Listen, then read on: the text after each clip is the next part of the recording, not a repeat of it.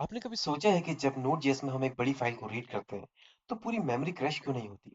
और एक और कॉमन सवाल जो इंटरव्यू में आता है बार बार, बैक प्रेशर क्या होता है, उसे स्ट्रीम्स के अंदर कैसे यूज करते हैं? तो आज हम इसे समझेंगे सिंपल एग्जांपल के साथ। हेलो दोस्तों, मेरा नाम अमित है और आप देख रहे हैं एडवांस Node.js इंटरव्यू सीरीज। आज का टॉपिक है streams and back pressure handling.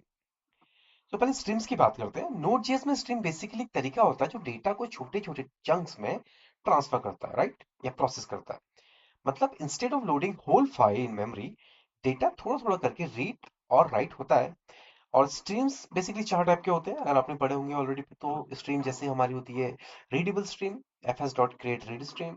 Writable stream जैसे fs dot create right stream. और डुप्लेक्स स्ट्रीम बेसिकली जो दोनों का टास्क परफॉर्म कर सकता है, लाइक रीड एंड राइट, जैसे कि सॉकेट्स।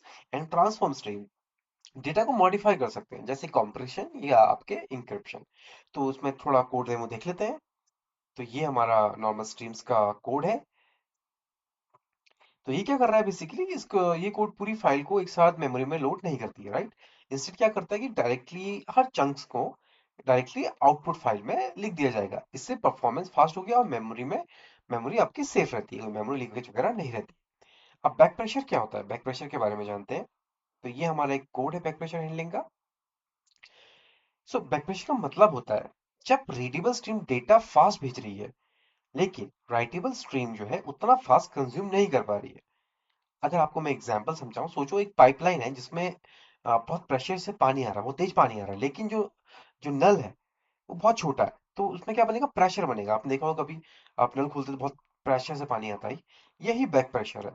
तो अगर हम हैंडल ना करें तो इससे क्या होता है, मेमोरी हाई हो जाती है और परफॉर्मेंस डिग्रेड हो जाती है। तो ठीक है। तो हमने ये कोड स्निपेट चेक देख लिया। अब इसमें क्या हो रहा है, यहाँ पे हम देख रहे हैं कि राइटेबल बफर फुल हो जाए। अगर हमारा राइटेबल बफर फुल हो जाए तो हम क्या कर रहे हैं, हम रीडेबल स्ट्रीम को पॉज कर देते हैं, राइट। और जैसे ही ड्रेन इवेंट आता है हम उसे दोबारा से रिज्यूम कर देते हैं। इससे दोनों स्ट्रीम क्या होती है, सिंक में रहती है और Node.js क्रैश नहीं होता।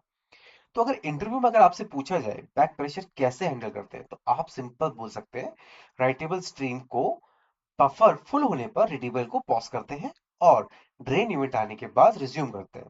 और अगर आप सिंपल फाइल ट्रांसफर कर रहे हैं तो डॉट पाइप जो ऑपरेटर होता है उसे आप बाय डिफॉल्ट उसमें बैक प्रेशर हैंडल होता है, उसे यूज कर सकते हैं।